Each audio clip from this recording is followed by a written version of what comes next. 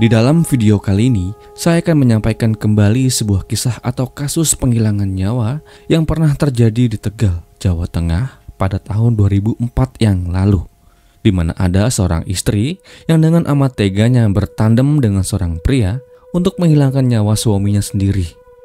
Dari artikel yang saya kulik, salah satu penyebab atau motif sang istri sampai tega melakukan hal tersebut ialah dikarenakan kejengahan sang istri yang disebabkan oleh si suami tidak lagi bisa memenuhi nafkah batin sang istri. Atau dengan kata lain, itunya tidak lagi perkasa seperti dulu. Lalu apakah ada motif lain selain hal itu? Jika ada, apa? Jadi begini. Tegal, Jawa Tengah. Di pertengahan tahun 2004, sebuah kegaduhan terjadi di Kecamatan Talang. Betapa tidak warga yang tinggal di kecamatan tersebut dikagetkan dengan ditemukannya sosok tubuh pria paruh baya yang tak lagi bernyawa. Tubuh itu tergeletak terbujur kaku tepat di samping salah satu kandang peternakan ayam di mana sehari-hari pria itu bekerja. Selain ditemukan kaku, wajah pria itu dipenuhi dengan noda merah. Juga ditemukan pula gumpalan pasir yang terdapat di lubang hidungnya. Orang yang pertama kali menemukannya adalah Rusman, menantu korban. Awalnya Rusman menyangka ia sedang tertidur, namun ketika ia coba untuk membalikan tubuhnya, ia pun terkejut dan segera melaporkannya ke aparat desa. Pria yang ditemukan kaku di sebelah kandang ayam itu bernama Kasan Ali. Kabar tentang meninggalnya Pak Ali tentu mengundang rasa penasaran warga yang tentu geram atas kejadian yang terjadi di kampungnya itu. Pak Ali dikenal sebagai salah satu tokoh masyarakat setempat. Bakti dan jasanya tidak perlu diragukan lagi. Selain dikenal aktif bersosialisasi, Pak Ali juga sering menjadi imam di masjid di desa Bengle. Pak Ali memiliki seorang istri yang bernama Roa Eti. Kita sebut dia dengan sebutan Eti, yang pada saat itu usianya baru 42 tahun. Eti sendiri merupakan seorang warga yang berlatar belakang keluarga yang cukup mampu. Disebutkan dalam artikel yang saya kulik, keluarga Eti memiliki beberapa usaha yang cukup maju dan berkembang. Salah satunya adalah pabrik batu bata dan peternakan ayam. Nah, dalam kesehariannya, Pak Ali turut pula membantu operasional perayaman di peternakan milik keluarga Eti yang dikelola oleh Eti sendiri.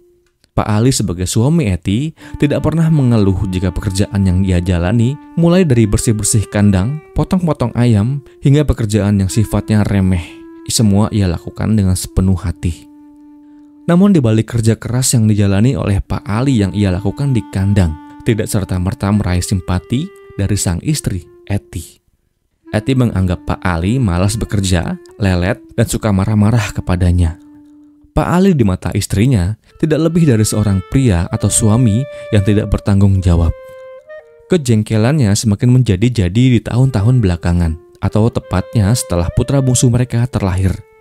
Sejak saat itu, Eti tidak pernah lagi mendapatkan nafkah batin, yang dikarenakan keperkasaan itu tidak lagi dimiliki oleh sang suami. Isu masalah keperkasaan yang tak lagi dimiliki oleh sang suami yang bercampur dengan masalah lainnya yang terakumulasi, akhirnya membuat Eti tak tahan pula. Ia minta dicerai sebab ia sudah tak tahan. Permintaan cerai pun sering pula Eti layangkan kepada sang suami. Namun permintaan Eti tidak serta-merta mendapatkan kata iya atau setuju dari Pak Ali. Berbagai cara pun sering dijadikan alasan mengapa Pak Ali dengan tegas menolak permintaan itu. Mulai dari bagaimana nasib anak-anak mereka nanti, bahkan menurut Eti, Pak Ali pernah di suatu waktu sampai-sampai mengancam jika perceraian itu sampai terjadi, Pak Ali akan mengguna-gunai Eti. Merasa tidak mendapatkan solusi atas permasalahan yang sedang ia alami, akhirnya Eti meminta bantuan kepada Tarmidi, 44 tahun. Tarmidi sendiri adalah karyawan yang bekerja di peternakan milik Eti. Tugas dan tanggung jawabnya serupa dengan apa yang dilakukan Pak Ali saban hari. Namun ada yang beda dengan Tarmidi. Selain ia aktif sebagai karyawan, Tarmidi juga memiliki hubungan spesial dengan Eti. Entah dari mana semua itu bermula, namun dari info yang saya dapatkan dari artikel yang saya kulik, Eti dan Tarmidi ialah sepasang kekasih gelap. Hubungan perselingkuhan yang mereka jalani tentu saja mereka jalankan secara diam-diam dan tersembunyi dengan rapi. Hingga pada suatu hari, Eti menghampiri Tarmidi. Ia ceritakan semua keluh kesah yang ia alami selama ia menjalani bahtera rumah tangga dengan Pak Ali. Bahkan Eti tak segan-segan untuk menceritakan hal-hal pribadi kepada sang kekasih gelapnya itu. Ya, Eti minta Tarmidi untuk menghilangkan nyawa suaminya. Saat itu Eti berjanji akan memberikan imbalan uang jika Tarmidi berhasil dengan misinya. Mendapatkan tawaran yang sulit untuk Tarmidi tolak. Singkatnya, diterimalah permintaan Eti kala itu. Sebagai tanda jadi, Eti memberikan uang sebesar 1 juta rupiah sebagai DP.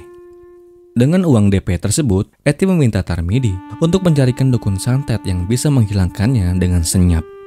Setelah menerima uang tersebut, beraksilah Tarmidi mencarikan dukun santet yang bisa diajak bekerja sama. Pencarian ia mulai dengan bertanya kepada teman-temannya terkait keberadaan dukun tersebut. Namun bukannya ia temukan sosok itu, malah uang yang diberikan Eti kemudian habis terpakai oleh Tarmidi untuk beli rokok, untuk beli kopi, serta untuk makan.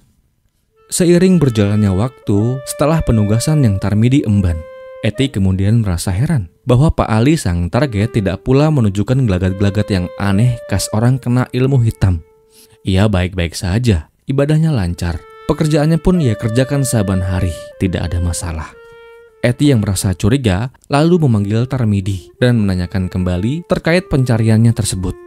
Dan dikatakan Tarmidi saat itu bahwa ia tak berhasil menemukan dukun itu, serta uang yang diberikan kepada Eti telah habis terpakai untuk kebutuhannya sehari-hari.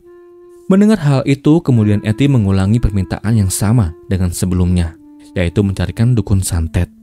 Namun di permintaan yang kedua itu, selain memberikan uang yang lebih besar sebesar 2 juta rupiah, Eti juga berjanji, jika misinya berhasil maka ia akan bersedia menjadi pendamping hidup Tarmidi, membeli mobil, dan menjalankan usahanya bersama-sama. Mendapatkan tawaran yang semakin susah untuk ia tolak, akhirnya berangkatlah Tarmidi singkatnya.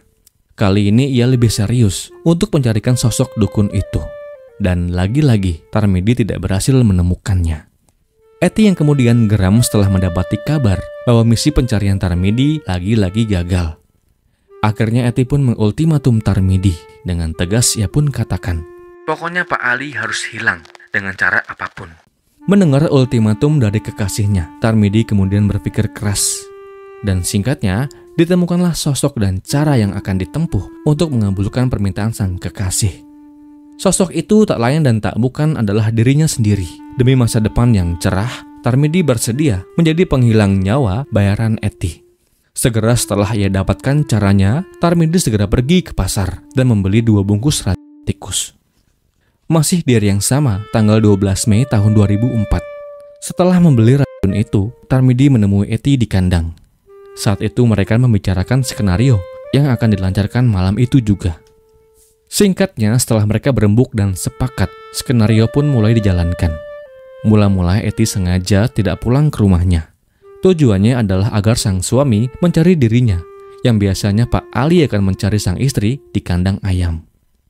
Di kandang ayam, Eti parkirkan sepeda motornya, dan setelah itu ia segera bergegas pergi dan bersembunyi di sebuah rumah kosong yang terdapat di samping peternakan tersebut.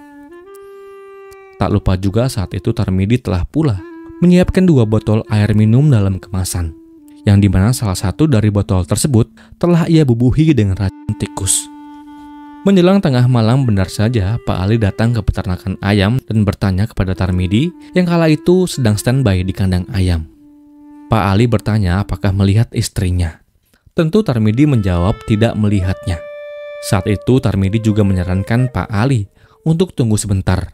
Mungkin saja istrinya segera tiba, dikarenakan sepeda motornya terparkir di depan pintu.